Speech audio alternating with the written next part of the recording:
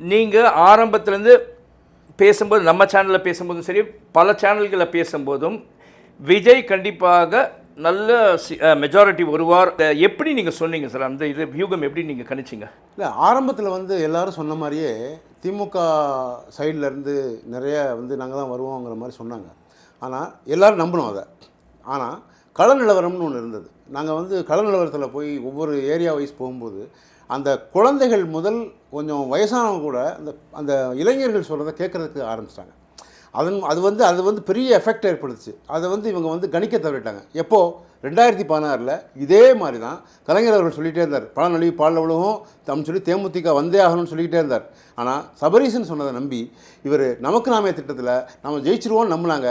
ஆனால் மக்கள் நல கூட்டணின்னு ஒன்று வச்சு ஜெயலலிதா அம்மையார் வந்து அந்த திமுக உடைச்சிட்டாங்க.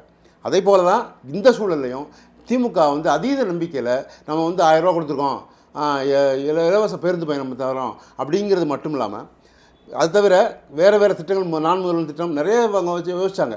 ஆனால் அது எதுவுமே அங்கே செல்லுபடி ஆகலை. காரணம், அவருடைய அமைச்சர்களே வந்து மு.க. ஸ்டாலின் அவர்களுடைய பேச்சை கேட்கல. ஏன்னா அவங்க வந்து வாய் துடுக்காக பேசினாங்க. பொன்முடி போன்றவர்கள்லாம் வந்து ஓசியாதனம் வர இது மாதிரிலாம் பேசினதெல்லாம் மக்கள் மத்தியில் வந்து மிகப்பெரிய எதிர்ப்பலை ஏற்படுத்திடுச்சு.